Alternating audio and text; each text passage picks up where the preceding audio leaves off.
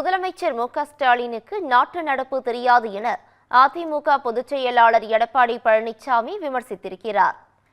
மக்களை காப்போம், தமிழகத்தை மீட்போம் என்ற பெயரில் தமிழ்நாடு முழுவதும் எடப்பாடி பழனிசாமி சுற்றுப்பயணம் செய்து வருகிறார். நாகை மாவட்டத்திற்கு சென்ற அவர் வேளாங்கண்ணி பேராலயத்தில் வழிபாடு செய்தார்.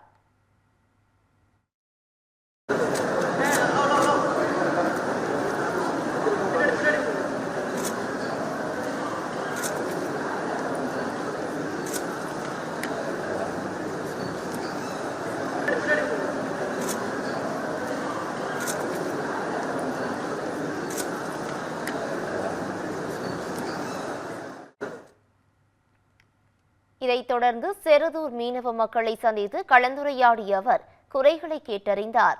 இதேபோல் விவசாயிகளுடன் அவர் கலந்துரையாடினார். பின்னர் பேசிய அவர் மக்களின் குறைகளை அறிந்திருக்கும் அமைச்சர்கள் முதலமைச்சரை நேரில் சந்தித்து சொல்வதில்லை என்றும் முதலமைச்சருக்கு நாட்டு நடப்பு தெரியாது என்றும் சாடினார்.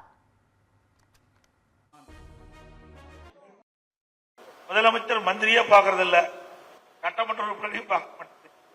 ஏன்னா அவருக்கு நாட்டில் என்ன நடக்குதுன்னே தெரியாது. இந்த காலத்துல படத்துல பார்ப்போம், அரசர் இருப்பார், மந்திரி எது சொல்லுவார், அமைச்சர் அங்க இருக்கிற ராஜா கேட்பார், மாதிரி மழை பெய்ததான மழை பெய்தது, நல்ல விளைச்சல் கிடைச்சா விளைச்சல் கிடைக்கும், மக்கள் எப்படியோ நிம்மதியா வாழ்வார் அப்படின்னு தான் இப்ப இருக்கிற நிலைமை அரசாங்கத்தில் இருக்குது. இதை நான் குறையாக சொல்லவில்லை.